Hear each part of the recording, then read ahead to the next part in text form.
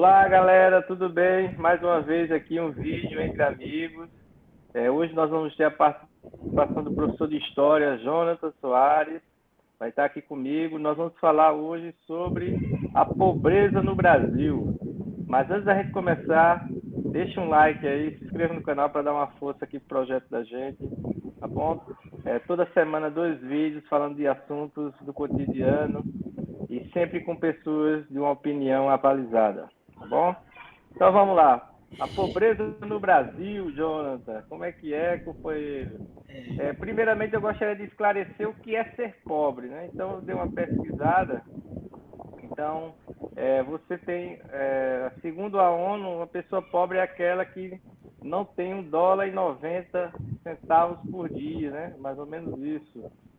E tem outros critérios também. Então, existe aí vários critérios, mas todo mundo sabe o que é ser pobre. É aquela pessoa que não tem acesso às garantias básicas, né, para a sobrevivência dela.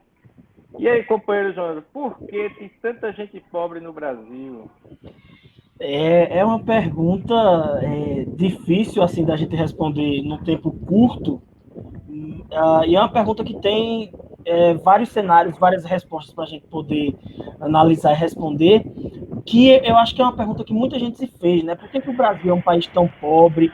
Por que tem tantas pessoas pobres no Brasil? E aí, como você falou, a pobreza é uma questão de oportunidade de acesso. Então, para poder explicar essa falta de oportunidade de acesso e essa parcela da população brasileira que não encontra acesso, né, a direitos básicos como saúde, educação, segurança, saneamento, a gente tem que, novamente, como em tudo, eu acho que a história do Brasil é o que vai explicar a situação de pobreza e miséria que o país ainda tem, né? Então a gente vem de um contexto histórico de colonização, de um contexto de escravidão, um contexto onde a escravidão no Brasil, né, a escravidão racial no Brasil, ela demarcou muito bem os lugares, né? Então a escravidão era um dispositivo legal que demarcava os lugares dos negros, e depois que a escravidão foi abolida, esses lugares continuaram a serem demarcados pelo próprio Estado, né? Então, por exemplo, no pós-abolição, ali por volta de 1889, quando os escravos foram libertos, né, no ano anterior, não houve sequer uma política pública, um pensamento do Estado brasileiro e da República que estava se formando de integração desses ex-escravos na vida nacional. Houve uma negação de empregos formais, e aí essa população ex-escrava vai encontrar emprego aonde? Nas ruas, nas praças, né? Vai encontrar emprego como, sei lá, barbeiro, engraxate. Então você tem, desde muito cedo, o Estado brasileiro negando o acesso à oportunidade a uma série de grupos e uma série de pessoas. Né? Então você tem, por exemplo, a Constituição de 1824, que é a Constituição Imperial, é um dispositivo legal que a gente pode lembrar que faz isso. Né? A Lei de Terras de 1850, que aprofunda a disparidade de terras no Brasil. Então você tem o Brasil é pobre, né? As pessoas no Brasil são pobres, tem tanta gente pobre no Brasil, porque é uma opção histórica. É uma opção histórica do Estado brasileiro de manter determinados grupos, determinadas pessoas em condição de subalternidade, condição de suplicante mesmo, né, como mendicante do Estado, para que o Estado continue sendo aquele Estado brasileiro paternalista, autoritário, personalista, que em todo caso prefere dar, mas dar assim, eu vou dar, mas eu vou lhe controlar ao mesmo tempo que eu estou lidando. Não tem Não resolve o problema, né? não é um problema resolvido. Isso não é uma questão de 2 governos, 3 governos para cá, não. Isso é uma questão histórica do país, né? O paternalismo, o mandonismo, o autoritarismo, ele está na história do Brasil. Ele, em todo caso, é o que compõe a história do Brasil.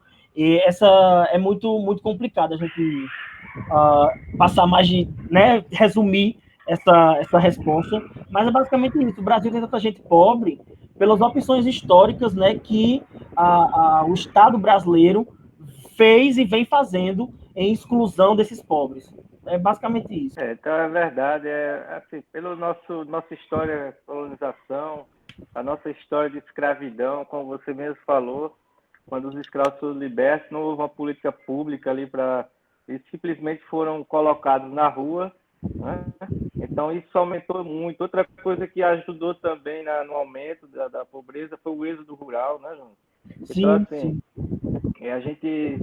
a gente carece ainda de políticas públicas que venham realmente para resolver, não medidas populistas que apenas vão ali remediar uma situação e nunca vai curar, criando um problema congênito da nossa sociedade. É uma estrutura, né? Então, E assim, a é, política brasileira atual, não a atual, mas assim, a política brasileira desde sempre, sempre fez questão de conservar essa estrutura para que as pessoas ficassem independentes, né? Dependentes de serviços que deveriam ser serviços públicos, e aí as pessoas ficam dependentes desses serviços, ficam dependentes do poder local, né? Então a estrutura ela precisa ser mudada, né? Não é conservar essa estrutura, a gente tem que mudar essa estrutura porque senão não vai ter jeito. aí assim, a quem interessa isso aí? Interessa a classe de poder, porque a desigualdade no Brasil é uma das maiores do mundo. Então, se vocês quiserem pesquisar, pode pesquisar que o Brasil é um dos países mais desiguais do mundo.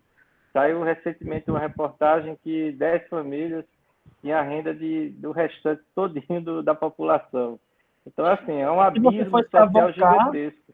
essas famílias são as mesmas famílias Isso, desde sempre. desde Né? São as sempre. mesmas famílias desde sei lá, do Então, Império. As mesmas famílias então, então a gente percebe que deixar a pobreza, na verdade, é um projeto de poder.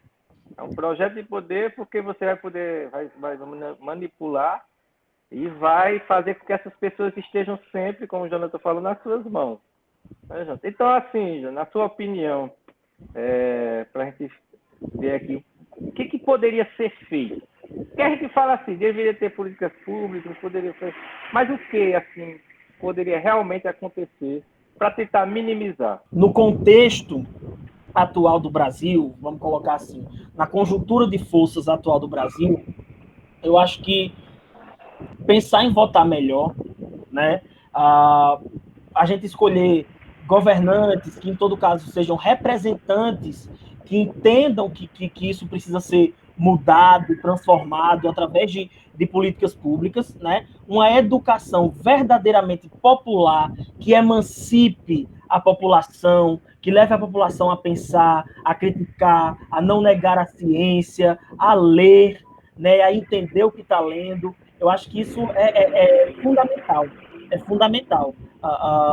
Essa questão da educação popular para a gente erradicar a pobreza e políticas públicas realmente efetivas que, em todo caso, venham de governos preocupados com o Isso. povo e O não que com seria a não uma manutenção. política de governo, mas uma política de Estado, aquela que Exatamente. independe do governo e transpassa para outro. Né? Exatamente. A gente pensar daqui para frente em governos que estejam interessados, né, não na manutenção do status quo, e sim na emancipação da população e na redução da desigualdade social no Brasil. Eu destaco também aí, como você falou, eu acredito muito na educação. Então, uma educação de qualidade, uma educação que emancipe, como você falou, o cidadão, torne as pessoas cidadãs, né? Então, vai mudar muita coisa e pelo menos a gente vai poder aí uma educação reflexiva, diminuir esse abismo social que a gente vive e essa desigualdade gigantesca. É muito sério. E eu estava lendo uma notícia recente que por causa da pandemia a extrema pobreza vai aumentar significativamente aqui no Brasil. Nós Sim. já temos muita gente pobre. Na extrema pobreza. Então, extrema pobreza, pessoal, existe um critério que é aquela pessoa que não consegue ingerir 1.785 calorias por dia de alimentação. Como eu falei no início, tem vários critérios para determinar a pobreza. Então é isso, Jonathan. Mais alguma coisa? A questão da educação é importante, porque quando você tem um sistema que é montado para precarização do indivíduo, o indivíduo está ali o tempo todo precarizado, né? Não recebe o suficiente, ele não recebe o equivalente ao que ele produz, ele está ali numa situação de precarização e exploração. Essa situação sendo mantida é uma situação que favorece o não questionamento, que favorece a não crítica, porque você mantém uma população preocupada com o que vai comer amanhã. Então, quando você coloca Justamente. na baila, né, quando a gente bota na roda as grandes questões da política nacional e as questões estruturais, você vai ouvir pessoas dizendo assim: eu estou preocupado com o que eu vou dar de comer ao meu filho amanhã. Isso é um Justamente. projeto. Isso é um projeto, quer dizer, manter as pessoas assim, nessa corda bamba, manter as pessoas ali no fio da navalha, é fazer, em todo caso, que elas não questionem, que elas não pensem. Então, é um projeto e a gente precisa resolver isso urgentemente com um voto, com a educação, com a mudança estrutural dessa estrutura que a gente tem aí, né? Então é isso aí, pessoal. Muito obrigado pela atenção de vocês e até o próximo vídeo. Tchau.